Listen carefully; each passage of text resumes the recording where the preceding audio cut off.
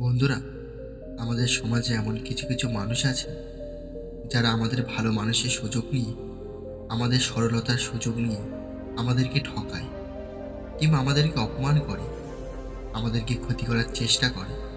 তাই আপনার সাথেও যদি এমন ঘটনা ঘটে, তাহলে আপনার কি করা উচিত, আর কি করলে আমাদের ভালো মানুষের সুযোগ নিয়ে কেউ আমাদের ক্ষতি করতে বা ঠকাতে পারবে না, এই সব কিছুই আজ গৌতম বুদ্ধের এই গল্পটির মাধ্যমে আপনাদেরকে বলবো। তাই গল্পটি মন দিয়ে শেষ পর্যন্ত শুনুন। আর গল্পটি শুরু করার আগে আপনাদের কাছে একটাই অনুরোধ রইল, গল্পটি শেষ পর্যন্ত শোনার। আর ভালো লাগলে লাইক, শেয়ার এবং সাবস্ক্রাইব করতে ভুলবেন না। তো চলুন বন্ধুরা, গল্পটি শুরু করা যাক। একদিন গৌতম বুদ্ধ তার আশ্রমে বসে তার সকল শিষ্যদের প্রবচন দিচ্ছিলেন। ঠিক সেই সময় গৌতম বুদ্ধের কাছে এক রাজা এসে হাজির হন।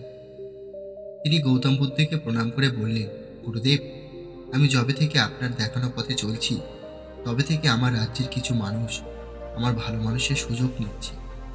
আপনার কাছে আসার আগে এইসব মানুষগুলো আমাকে খুবই ভয় পেত, কারণ আমি আগে খুবই রাগী ছিলাম। আমি কথায় কথায় মানুষকে মৃত্যুদণ্ড দিতাম। কিন্তু যবে থেকে আমি আপনার দেখানো পথে চলছি, তবে থেকে আমার আর এইসব করতে মোটেই মন চায় না। আমি সবার সাথে খুব ভালো ব্যবহার করি আর সবাইকে খুবই ভালোবাসি। কিন্তু এমন কিছু কিছু মানুষ আছেন যারা আমার ভালো মানুষের ফায়দা ওঠায়। তারা আমাকে বারবার ঠকিয়ে চলে যায়, যে কারণে আমার প্রজাদের মধ্যে আমার শাসন নিয়ে কিছু দ্বন্দ্ব শুরু হয়েছে। আমার রাজ্য শাসনে খুবই অসুবিধা হচ্ছে। আপনি দয়া করে আমাকে বলুন, আমি কি করব, কি করলে আমি এই সমস্যা থেকে মুক্তি পাব।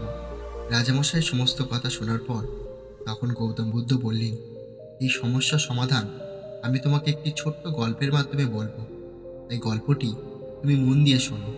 এই বলে গৌতম বুদ্ধ গল্প বলতে লাগলেন। একবার এক বৌদ্ধ সন্ন্যাসী একটি গ্রামের মধ্যে দিয়ে হেঁটে যাচ্ছিলেন। গ্রীষ্মের গনগনে রোদ থাকায় বৌদ্ধ সন্ন্যাসী খুবই ক্লান্ত হয়ে পড়ে। তখন তিনি গ্রামের রাস্তার ধারে একটি বড় গাছ দেখতে পেলেন।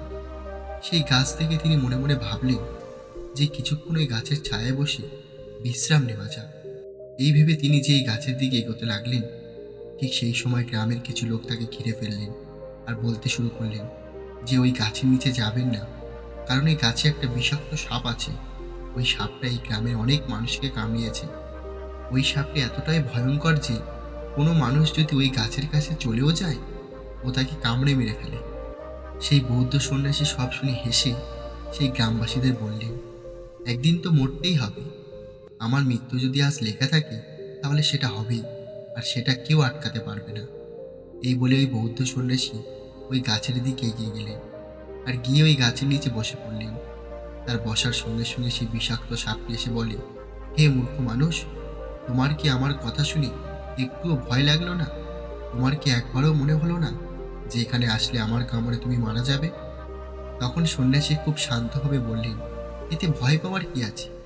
তুমি তো সবাইকে কামড়াও যাতে কেউ তোমাকে মেরে না ফেলতে পারে। ভয় তো আমার পাওয়া কথা নয়, ভয় তো তুমি পেয়ে আছো। তুমি এতটাই ভয় পেয়ে আছো যে যাতে অন্য কেউ তোমাকে আঘাত করতে না পারে, সেই ভয়ে তুমি আগেই তাদেরকে মেরে দাও। আমার তোমাকে নিয়ে কোনো ভয় নেই, কারণ আমি কখনোই মৃত্যুকে ভয় পাই না। আর আমি এখানে তোমার কোনো ক্ষতিও করতে আসিনি। আমি তো শুধু ক্লান্ত হয়ে এখানে বসে একটু আরাম করতে এসেছি। এইসব কথা শোনার পর সাপটি খুব অবাক হয়ে যায়। সে এতদিন বহু মানুষকে দেখেছে, কেউ তাকে দেখে ভয় পেয়ে পালিয়ে যায়, কেউ ভয় পেয়ে তার কাছেই আসে না। আবার কেউ কেউ তাকে আঘাত করার চেষ্টা করে, তাকে মারার চেষ্টা করে। কিন্তু সে প্রথমবার এমন কাউকে দেখল যে সে তো না তাকে মারার চেষ্টা করলো, না তাকে দেখে ভয় পেল। তখন সাপটি মনে মনে ভাবল, ইনি নিশ্চয়ই কোনো জ্ঞানী মহাপুরুষ। তখন সাপটি সেই বৌদ্ধ সন্ন্যাসীকে বললেন, হে গুরুদেব, আমার ক্ষমা করবেন। বিশ্বাস করুন, আমি এতদিন যা করেছি শুধু নিজের জীবন বাঁচানোর জন্য করেছি। যদি আমি এরকম না করি, তাহলে তারা আমাকে মেরে ফেলবে।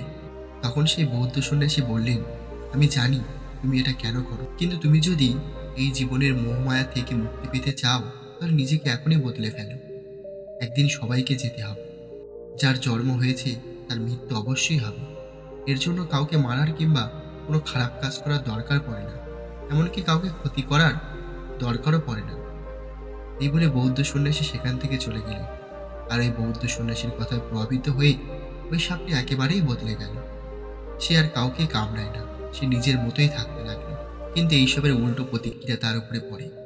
যারা তাকে দেখে আগে ভয় পেত, এখন তারাই তাকে দেখে আর ভয় পায় না, বরং তারা এখন তাকে আঘাত করে, তাকে লাঠি দিয়ে মারে, তাকে পাথর ছুঁড়ে মারে।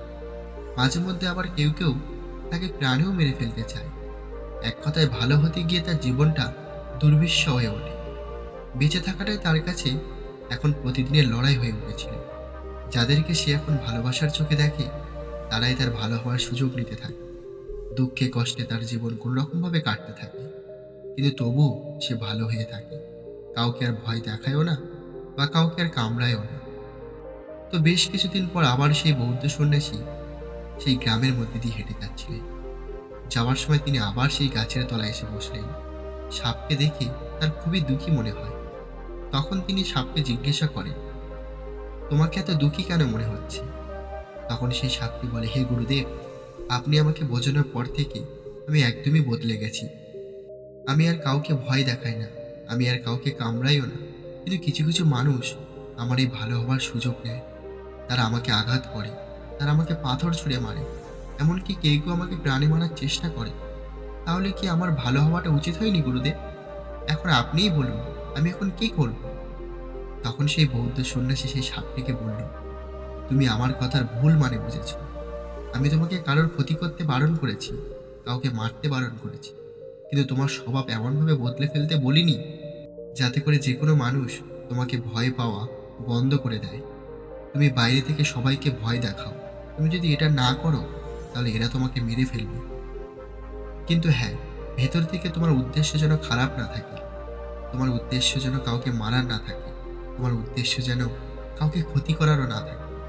তোমাকে ভগবান বিষধর বানিয়েছে অন্যদের থেকে নিজেদের রক্ষা করার জন্য, যাতে সবাই তোমাকে দেখে ভয় পায় আর তোমার কেউ যেন ক্ষতি করতে না পারে। তাই অন্যদের মনে তোমার প্রতি ভয় থাকাটা খুবই জরুরি। সেটা যদি না হয়, তাহলে ওরা তোমাকে উল্টে ক্ষতি করবে। তোমাকে ভেতর থেকে সঠিক রাখতে হবে, কিন্তু বাইরে থেকে তোমাকে সেটাই দেখাতে হবে যেটা দেখানোর সেই মুহূর্তে প্রয়োজন। কিন্তু তুমি নিজের মনে কারোর জন্য কখনোই ক্ষতি চেও না, কখনোই কারোর ক্ষতি করো না। কিন্তু কেউ তোমার ক্ষতি করতে আসলে তাকে ফনা তুলে তুমি অবশ্যই ভয় দেখিও। গৌতম বুদ্ধ রাজাকে এই ছোট্ট গল্পটি শুনিয়ে বললেন, রাজামশাই, এই গল্পটি শুনে আপনি কি বুঝলেন? তখন রাজা বললেন, হে গুরুদেব, আমি আমার প্রশ্নের উত্তর পেয়ে গেছি। আমি বুঝে গেছি যে আমাকে ভেতর থেকে ভালো হতে হবে, সবাইকে ভালোবাসতে হবে। কারোর কোনো ক্ষতি চাওয়া ঠিক নয়, কারোর কোনো ক্ষতি করাও ঠিক নয়, কিন্তু বাইরে থেকে আমাকে দরকার পড়লে কঠোর হতে হবে। তো বন্ধুরা, গৌতম বুদ্ধের এই গল্পটি থেকে আমরা এটাই বুঝতে পারলাম যে আমাদের সবার উচিত ভেতর থেকে ভালো হওয়া, সবার জন্য ভালো চিন্তা ভাবনা করা, সবাইকে ভালোবাসা। তাহলে আমাদের মধ্যে করুণার জন্ম হবে, সবার প্রতি ভালোবাসার জন্ম হবে, আর এতে আমরাও সুখী হতে পারবো আর অন্যরাও সুখী হতে পারবে। কিন্তু কেউ আমাদের ক্ষতি করতে এলে, কেউ আমাদের ভালো মানুষের সুযোগ নিতে এলে আমাদের অবশ্যই সাবধান হতে হবে। দরকার হলে বাইরে থেকে কঠোর হতে হবে, কোথাও ভুল দেখলে তার প্রতিবাদ করতে হবে। আর কখনোই কারোর ক্ষতি আমরা ভেতর থেকে চাইবো না, আর নিজের ভালোর জন্য কোনো খারাপ কাজও করব না। কিন্তু কেউ আমাদের বা অন্য কারোর ক্ষতি করলে শুধু ভালো হওয়ার জন্য তা মুখ বুজে সহ্যও করব না। যেখানে আমাদের সাবধান হওয়া দরকার সেখানেই সাবধান হব, আর যেখানে প্রতিবাদ করা দরকার সেখানেই প্রতিবাদ করব। তাহলে আমাদের খারাপও হতে হবে না, আর কেউ আমাদের সরলতার সুযোগ নিয়ে কেউ আমাদের অপমান বা ক্ষতিও করতে পারবে না।